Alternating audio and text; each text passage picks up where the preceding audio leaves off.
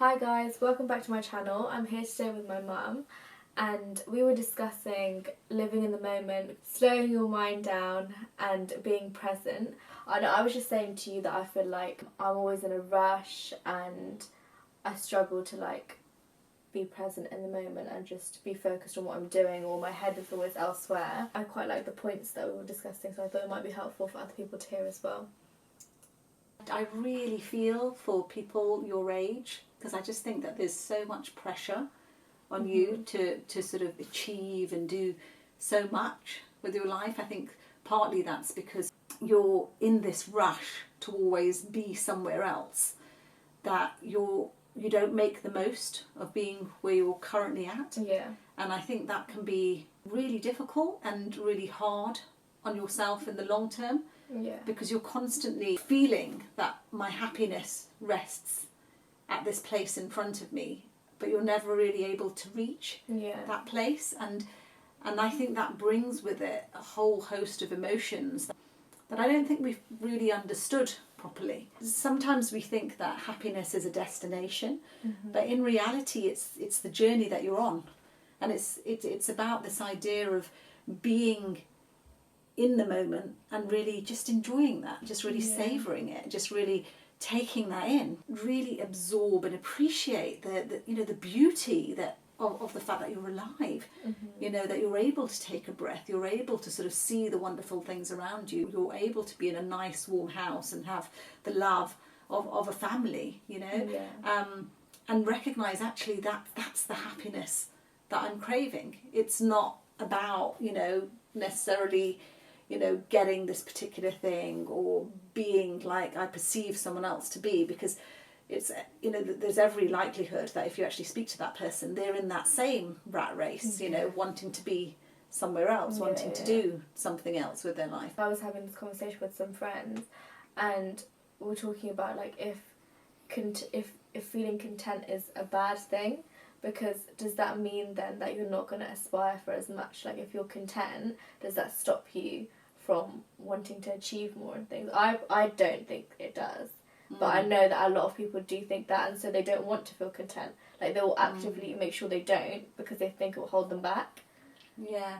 See, I think people confuse contentment with this sort of rush of happiness, sort of short-term happiness that you get, say, when you open a present, but then in 10 minutes that present's sort of forgotten about. For me, contentment's sort of like this inner state of being where you're just happy with just being. You're not in a rush to get somewhere. You're not in a rush to be someone or show someone something about yourself. You're just content with being. And I think actually we should all aspire to try and get to that place all the time, and that will enable us to achieve better in every other aspect of our life.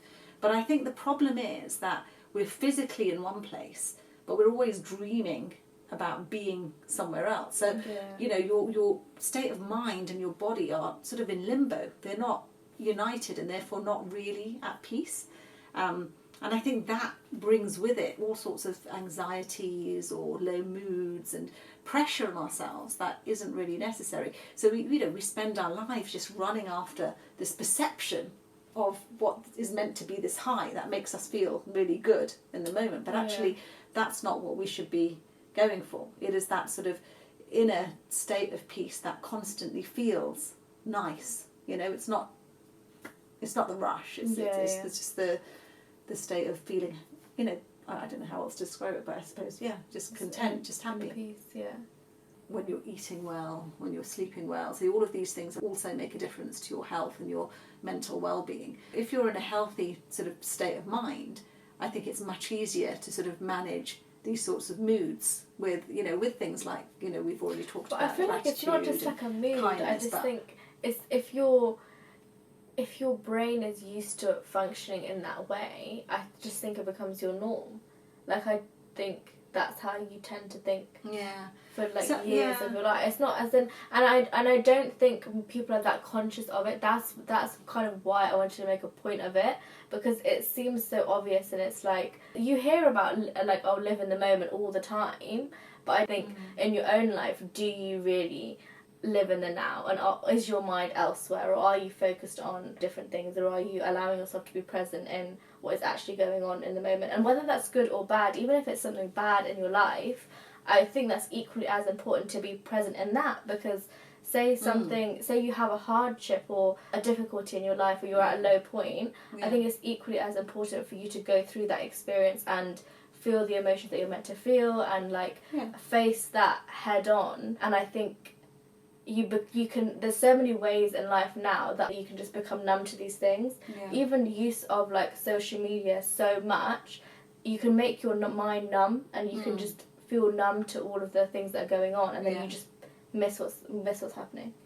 It's not just about being content, it's just about being present, as you say. It could be good, or it could be a bad experience. And I think the point that you make is a really important one, about the fact that even with a bad experience, that not going through it and feeling that pain or that anxiety, whatever it is, means that you've not really dealt with it. It will come back. Exactly, and that's one of the major things that years later in your life, I think that can like manifest, and it's just crazy, because I don't think you're like often associated with something from years ago, but it could be like either your behaviour or just even like being triggered by other people's actions. Say you're mentally relating it back to something else that's happened. If you've not processed that experience, then it's going to have a negative effect on you again. No, absolutely. It's also making me sort of think you're busying yourself all the time.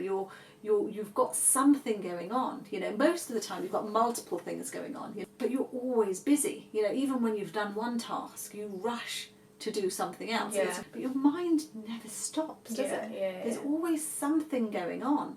And I think just having that space to just breathe, it literally is the space. Process the experiences that you've been through. I was reading somewhere something about, that, young people today see images in one day, different experiences or different sort of, things, whether it's on TV or on the computer or, more images in one day than people used to do in their entire lifetime. Now that's just nuts, isn't it? So, for a human being, you've had a whole lifetime to process all of those different things. Now you've got human beings that are being bombarded left, right and centre with information. You're constantly feeling, I need to process that, but not having the space in your day or your mind. Because I don't think you do have the, I feel like with me, I feel like I'm having to find the space, and it's hard to find the space. Like, it's difficult to set aside time to be like, this is me processing, say. I think the other, problem with rushing to be somewhere else is that I think, life will just pass you by, and you'll sort of think, you look back and you sort of think, oh, at 10, I was so happy and I had so much going on. But actually, when you were actually 10, not you, but just when you were actually 10, you weren't really happy, because you were really frustrated and, angry about someone else because you were waiting to be 12.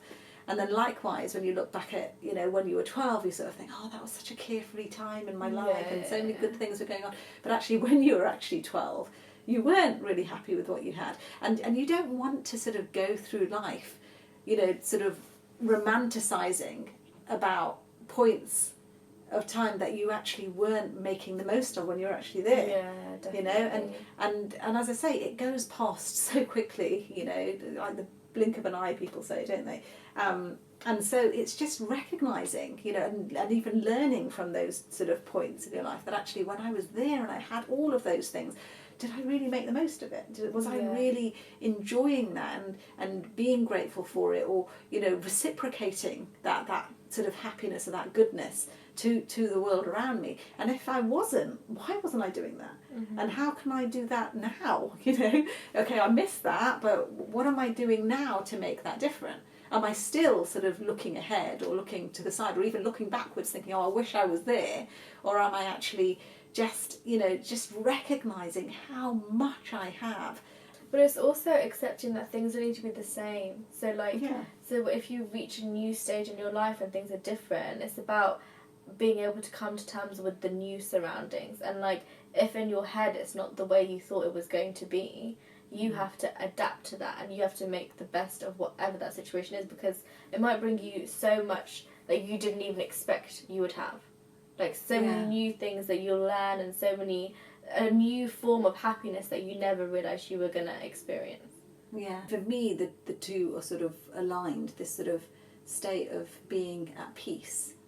And partly that will then be trying to quieten your mind, trying to sort of be in a space where you don't have to rush, that you can just sort of focus on the moment. And I think we sort of create bad habits for ourselves when we're not sort of content with being with ourselves. We're almost sort of constantly running away from who we are. Mm-hmm. And so partly I think that's why meditation and prayer are meant to be sort of so successful, because they take away this sort of barrier that sometimes you create to seeing who you really are. And I think it goes hand in hand with this idea of being at peace with yourself and being content with being in the moment. Some of perhaps the reason that we're running to something else is because we're almost afraid to just be with ourselves. So actually trying to create the space and create the time to actually just sit down and self-reflect, or not even reflect, just actually just be with yourself and not be afraid to do that, I think is a really good way of just sort of calming your inner sense and bringing some sense of peace to yourself. So often the way that I will try and do that is through prayer, or having a bit of quiet time to be able to just sort of meditate and just sort of focus on my breath, take deep breaths in, just sort of focus on just being, or focus on the words that I'm saying of sort of thanking God, or whatever else it is, but not those distractions and thoughts, and just sort of focus on that inner state of being. Mm-hmm. and just calming everything down. I find that's quite good. I think the other way of trying to attain that sort of quietness and peace of mind is gratitude, as we've already mentioned. Just constantly thinking of things to be grateful for, because I think that brings out an element of positivity in you that is sometimes drowned out by negatives that are going on around you, negative personalities or things that aren't going quite right. But actually, if you try and outweigh that with seeing more positive, constructive things, which there are so many of, but if you allow the negative to outweigh those positives, then it can actually leave you in a sort of dampened negative state as well. And I think the third thing is really based on a sort of quote that I read a while ago by the Dalai Lama. It was something like, people chase after contentment, seeking sort of happiness in their life, but actually happiness really comes from compassion towards others. And I think that's a really important sort of way of being. So rather than thinking about, well, I need to be happy, I need to feel, okay in myself, turning that into, well, actually, how can I make the world happier? How can I do something that will make someone else smile? Mm-hmm. Actually brings an inner sense of contentment in a way that I haven't found other things do. And I think if we can aspire to be compassionate and good and kind and care for the world around us, that too brings with it a sense of peace and calm and makes you happy. I feel like a lot of people, like myself, are probably not aware that they are not as present in the moment, or they might be missing certain things that are going on in their lives, or just not processing things enough and taking the time out of a day to focus on what's actually going on and just slowing your mind down. And I think it's very, very easily missed, and we're not that aware of it.